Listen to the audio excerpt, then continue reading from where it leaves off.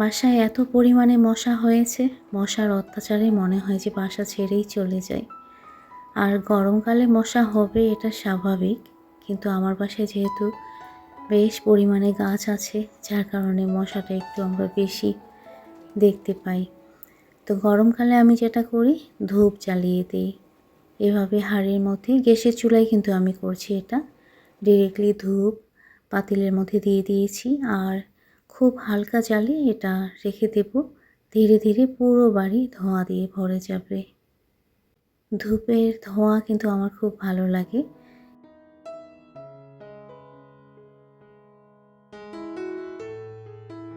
আসসালামু আলাইকুম, কেমন আছেন আপনারা সবাই? আজকে সন্ধ্যার নাস্তা থেকে ব্লগটা শুরু করলাম। নাস্তায় বানিয়ে নিচ্ছি নুডলস, আর এই নুডলস পাঠিয়ে দিয়েছে পারভিন আপু চিটাগাং থেকে তুর্যের জন্য। কিন্তু পরিমাণটা কি কম হয়ে গেল নাকি আরেকটু হবে মনে হচ্ছে? আরেকটু হোক, অল্প কাক প্রথম দিন বুঝতে পারিনি। ওইদিকে নুডলস আমি সেদ্ধ করার জন্য দিয়েছি আর প্রেশার কুকারে একটা সবজি রান্না করে নিচ্ছি। ইদানিং গ্যাসের যে দাম, তো প্রেশার কুকারে যদি আমরা রান্না করি তাহলে গ্যাস কিন্তু সাশ্রয় হবে। সেই সাথে এই অতিরিক্ত গরমে রান্নাঘরেও কিন্তু বেশিক্ষণ থাকতে লাগবে না। আমি কিন্তু প্রায় টাইম প্রেশার কুকারে রান্না করে থাকি। আমাদের বাসায় প্রেশার কুকারের রান্না কিন্তু সবাই পছন্দ করে।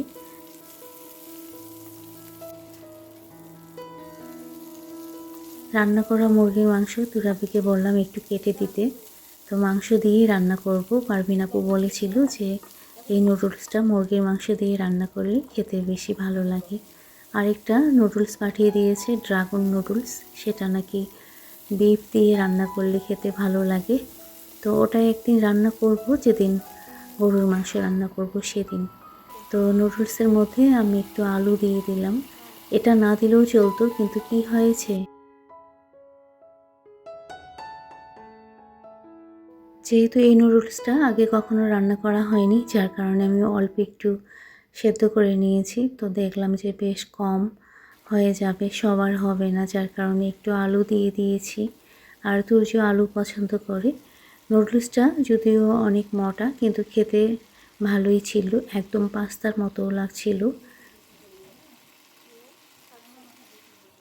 টমেটো সস তারপর সয়া সস দিয়ে আমি নুডলসটা রান্না করে নিয়ে নিলাম।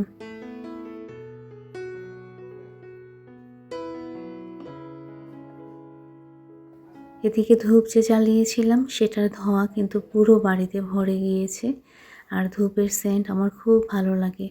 আপনাদের বাসায়ও মশা হয়েছে আমি জানি, কিন্তু আমাদের বাসার থেকে কম। ধূপের ধোঁয়া শুধু যে মশা তাড়ানোর জন্য তা না, ছোটোবেলায় মা চাচিদের কাছ থেকে যেটা শুনেছি, ধূপ কিন্তু এখন যেহেতু গরম পড়েছে, আর অতিরিক্ত গরমে চিকেন পক্স নামে একটা ভাইরাস কিন্তু হয়, আর যেই বাড়িতে হয় সবারই হয়। তো ধূপ জ্বালালে নাকি সেই ধোঁয়াতে সেই রগটা কম হয়, এরকম মা চাচিদের কাছ থেকে আমি শুনেছিলাম। আচ্ছা, এদিকে আমি একটু বিজনেস রিলেটেড কথা বলি। এই যে খেয়াল করেন, আন্টি যে বলেছিল এইভাবে প্যাকেট করে দিতে, আমি কিন্তু এখন এইভাবেই প্যাকেট করে সবাইকে দিচ্ছি। শুধুমাত্র সেমাই বক্সে করে দেওয়া হয়েছে, আর ঝুরি ভাজা ওটা তো বক্সে থাকবে, আর বাকি চাল ডাল এগুলো কিন্তু আমি ওইভাবে প্যাকেট করে দিচ্ছি। সুগন্ধি কাঠারি চিড়া, আঠাশ চিড়া, তারপর স্পেশাল মুগ ডাল, কম মশলাযুক্ত মুগ ডালের পাঁপড়, এগুলো আমরা প্যাকেটের মধ্যে দিয়ে দেব। এই পার্সেলগুলো অনেক আগে আমার দেওয়ার কথা ছিল, কিন্তু দিতে পারিনি। কেন দিতে পারিনি সেটাও জানাবো। তার আগে আপনারা খেয়াল করেন, আজকে এই সপ্তাহের সবথেকে বড় অর্ডারটা আমি আপনাদের কাছে শেয়ার করব। আসলে যখনই সপ্তাহের বড় অর্ডার আসে আমি কিন্তু একটু ভিডিও ক্যাপচার করে রাখি। তো ধানমন্ডি থেকে একজন আন্টি অর্ডার দিয়েছে 3 কেজি চাল, তারপর মুগ ডাল, কাউন। আসলে উনি যে অর্ডার দিয়েছে, আমার বিজনেসে যতগুলো আইটেম আছে সবগুলোই কিন্তু নিয়েছে। এই যে ঘি নিয়েছে 1 কেজি, ঝুরি ভাজা নিয়েছে 2টো বক্স। আপনারা খেয়াল করেন কী কী নিয়েছে। মধু নিয়েছে, তারপর স্পেশাল মুগ ডালের পাঁপড়, সুগন্ধি কাঠারি চিড়া, আঠাশ চিড়া, ওই যে বললাম সব নিয়েছে।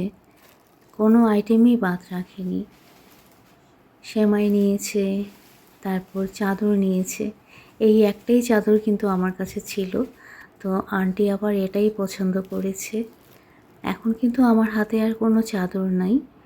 আরও বেশ কয়েকজন আপু আন্টি আমাকে নক করেছিল চাদরের জন্য, কিন্তু আমি দিতে পারিনি, এজন্য সরি।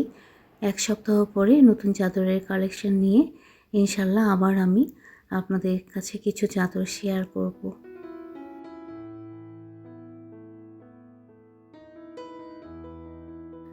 আন্টি, আজকের ব্লগ যদি আপনি দেখে থাকেন, অসংখ্য ধন্যবাদ ভালোবেসে আমাকে সাপোর্ট করার জন্য আর এ সপ্তাহের এত বড় অর্ডার দেওয়ার জন্য।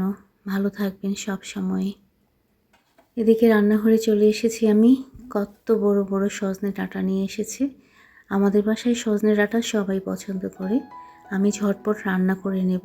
তুরাবি আজকে ইউনিভার্সিটিতে চলে যাবে।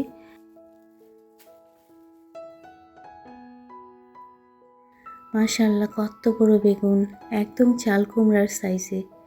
3টা বেগুনই 1 কেজি হয়েছে, তো এই বেগুনটাই হয়েছে হাফ কেজি।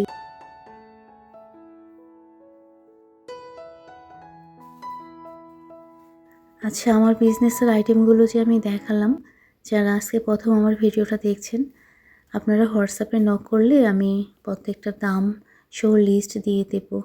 আপনারা চাইলে অর্ডার করতে পারেন। আমার বিজনেসের প্রত্যেকটা আইটেম কিন্তু খুব ভালো মানের, আর আমরা সারা বাংলাদেশে ক্যাশ অন ডেলিভারিতে পার্সেল দিয়ে থাকি।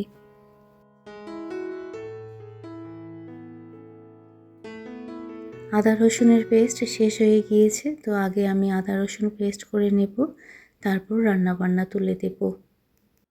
আচ্ছা, একটু বিজনেস রিলেটেড কথা বলি। আমার বিজনেসের কিছু কিছু আইটেম আমি এখন দিতে পারছি না, বিশেষ করে গুড়ের তিলের নাড়ু আর গুড়ের তিলের খাজা। গুড়ের তিলের খাজা তো অনেক আগে থেকেই আমি বলেছি যে সেটা দেওয়া যাবে না গরমের সময়। যেহেতু তিলের খাজা দেওয়া যাবে না, আমি এই চিন্তা করে গুড়ের তিলের নাড়ু বিজনেসে রেখেছিলাম।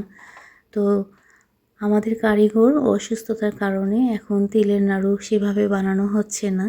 আজকে যে আমি পার্সেলগুলো দিলাম, এগুলো কিন্তু অর্ডারে আরও আগে দেওয়ার কথা ছিল। শুধুমাত্র তিলের নাড়ু ছিল না দেখে আমি দিতে পারিনি। ভেবেছিলাম যে কারিগর সুস্থ হয়ে নতুন করে নাড়ু বানিয়ে তারপরে পাঠিয়ে দেব, কিন্তু এখন উনি এত বেশি অসুস্থ হয়ে গিয়েছে, কবে সুস্থ হবে ঠিক সেটা আমরাও জানি না।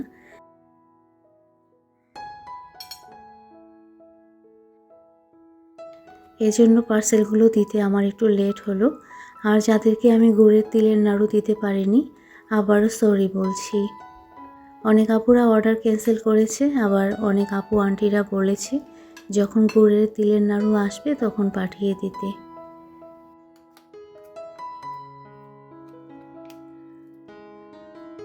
আলহামদুলিল্লাহ, আমি খেয়াল করেছি যে আমার বিজনেসে গুড়ের আইটেমগুলো বেশ চলে। শীতকালে আমি যে গুড়ের আইটেমগুলো রেখেছিলাম সবগুলো কিন্তু খুব ভালো চলেছিল আর সবার খুব পছন্দ হয়েছিল। তারপর এই যে গুড়ের তিলের খাজা, গুড়ের নাড়ু, এটাও কিন্তু খুব ভালো রিভিউ পেয়েছি আমি। কথা বলতে বলতে আমি আদা পেস্ট, রসুন পেস্ট করে নিয়েছি, আর আমার হেল্পিং হ্যান্ড ও সবজি কেটে দিয়েছিল। আমি এখন এগুলো রান্না করে নিচ্ছি ঝটপট।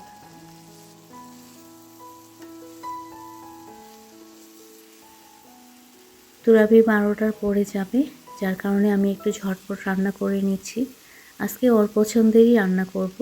ও যেহেতু পাঙ্গাস মাছ পছন্দ করে, সেটা আমি ভিজিয়েছি।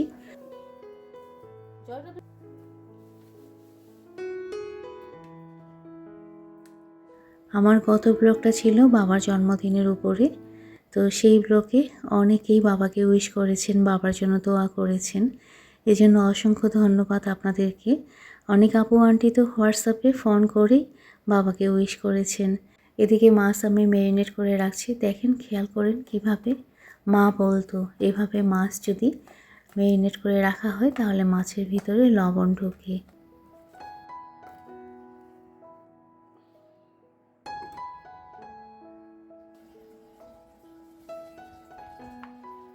মাছের পাশাপাশি আমি মুরগি রান্না করে নেব, কারণ বাবা পাঙ্গাস মাছ পছন্দ করে না।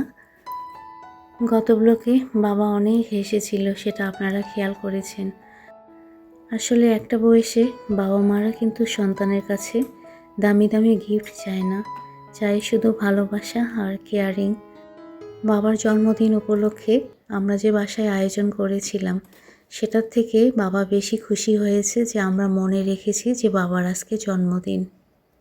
এই ছোট ছোট খুশি আর আনন্দ কিন্তু সুস্থভাবে বেঁচে থাকার বড় মেডিসিন। আমি জানি না আমার সঙ্গে আপনারা একমত হবেন কিনা, কিন্তু আমার কাছে তাই মনে হয়।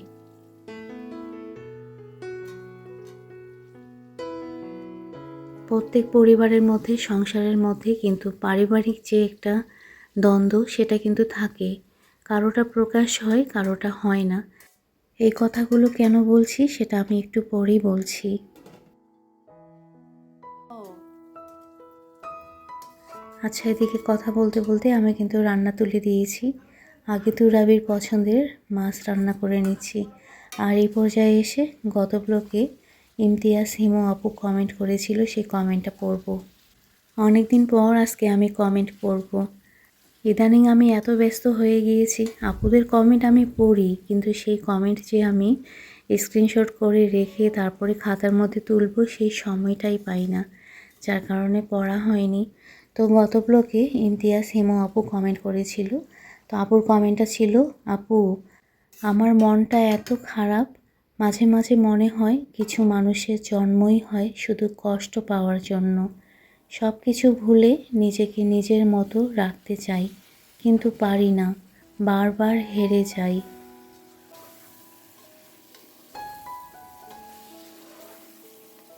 আচ্ছা, আপুর কমেন্টে রিপ্লাই দেওয়ার আগে একটু ভিডিও প্রসঙ্গে কথা বলে নিই। আমি মুরগির মাংস রান্না করে নিচ্ছি আজকে পেঁপে দিয়ে, যেহেতু বাবার জন্য এটা রান্না করা হচ্ছে। তো বাবা আলু তো খুব একটা পছন্দ করে না, পেঁপে দিয়ে রান্না করলে বাবা ভালোভাবে খেতে পারবে। একটু নরম নরম করে রান্না করে নেব। আর এদিকে আমার মাছ রান্নাও হয়ে গিয়েছে। নামানোর আগে আমি একটু কাঁচামরিচ দিয়ে দিলাম আর টমেটো চাটনি করে নেব এখন। আমি জানি না আপু তোমার মন খারাপের কারণ কি। আমি হয়তো এই কথাগুলো খুব সহজভাবে বলবো, কিন্তু যার মনের কষ্ট সে কিন্তু খুব ভালোভাবেই বুঝে। আমাদের প্রত্যেকেরই জীবনে অনেক কষ্ট আছে যেগুলো আসলে বলা যায় না। আবার সবাই কিন্তু চায় যে সেই কষ্টগুলো, সেই স্মৃতিগুলো ভুলতে, কিন্তু ভুলতেও পারে না।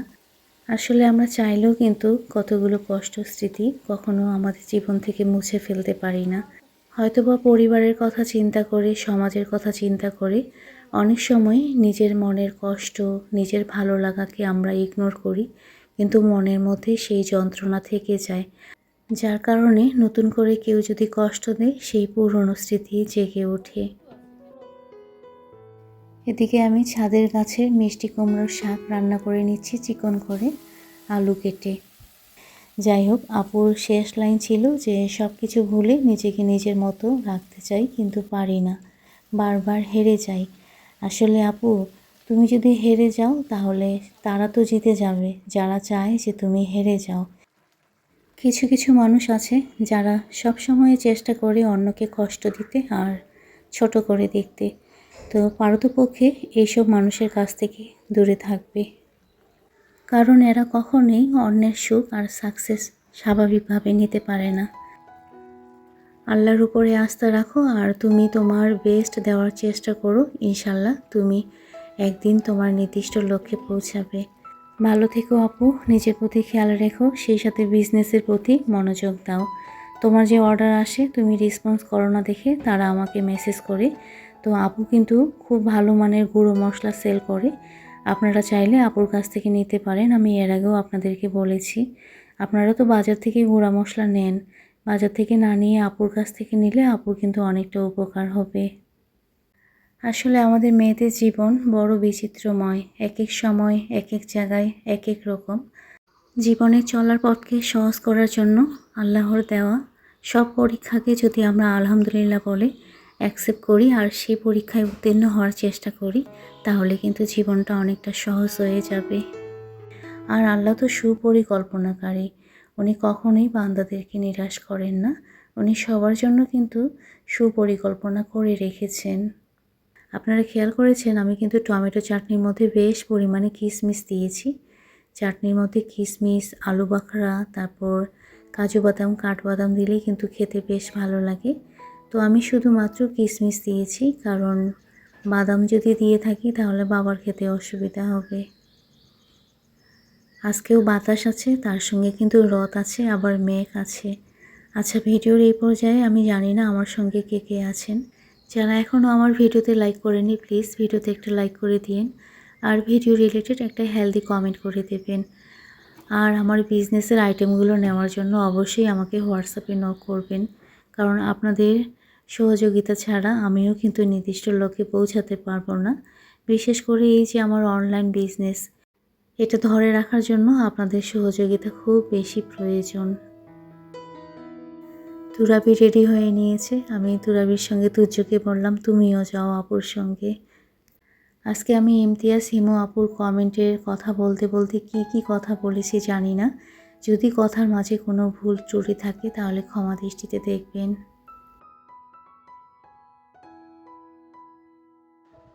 চলে এসেছি একদম রাত্রেবেলায়। খেয়াল করেন তুজো আজকে আমাকে আইসক্রিম খাওয়াচ্ছে, আমার পছন্দের আইসক্রিম। আজকে অনেক কথা হয়েছে, ইনশাল্লাহ আগামী ব্লগে আরও অনেক কথা হবে। সবাই ভালো থাকবেন, সুস্থ থাকবেন আর নিরাপদে থাকবেন। ওকে।